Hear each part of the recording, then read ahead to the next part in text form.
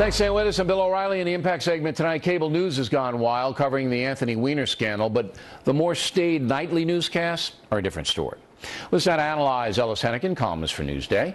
And from Alexandria, Virginia, Tim Graham, director of the media analysis at the Media Research Center. So, Tim, you've seen most of these reports. I have it here. ABC World News Tonight ran 4 Weiner stories in 2 weeks. CBS ran just 2.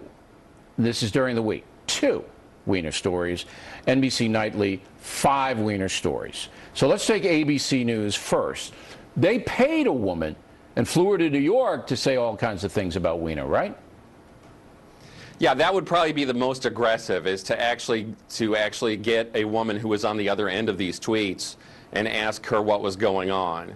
All of these networks with this kind of amount of coverage is really, really dramatically pathetic when you compare it if you put a Republican in the other side. I mean, we can go back and look at 2006 in the Mark Foley case. Mark Foley, of course, the minute that ABC reported the story of his creepy internet messages to pages, resigned almost immediately.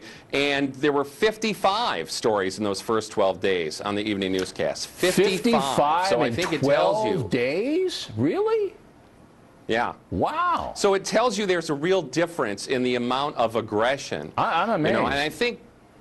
All right, so ABC News was the most aggressive because they did bring this woman up. They paid the woman for her tweets or whatever she had. They put her on World News, and then they ran her on, I guess, a primetime show or Good Morning America or something.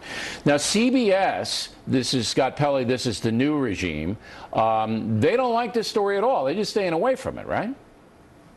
Right. See, now there you have on Monday night where Brian Williams on NBC, who didn't like this story, led with it on Monday night, the night of the press conference.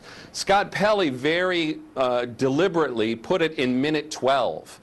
He waited for after the first commercial break to get to it, and then tried to say to his reporter, explain to us why Anthony Weiner matters. Okay, but let me stick up for Pelley and for a moment. I don't think that's ideological. I think that CBS News wants to go back to the Walter Cronkite days and present itself as just a straight, hard news broadcast, and to them, this is trivial. That's what I think is. I could be wrong, but I know those guys, and their only shot is to be the hard news broadcast of record. All right, NBC stayed away for a long time, and then they jumped in. Once they did, was Williams fair? Well, what's really missing from most of these stories is a chance for the Republicans to speak. And then one of these stories was 66 seconds long. I mean, they just basically throw it to Kelly O'Donnell and say, "Tell us what happened today," and we're done. So, I mean, they really still don't like this story very much. No, they don't like it. And again, if we go back to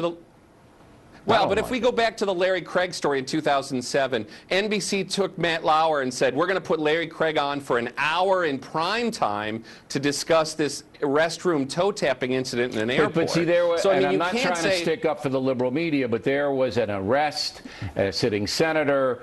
He said he didn't do it. He was tapping his foot because he had an itch. I don't know what it was. All right. Let me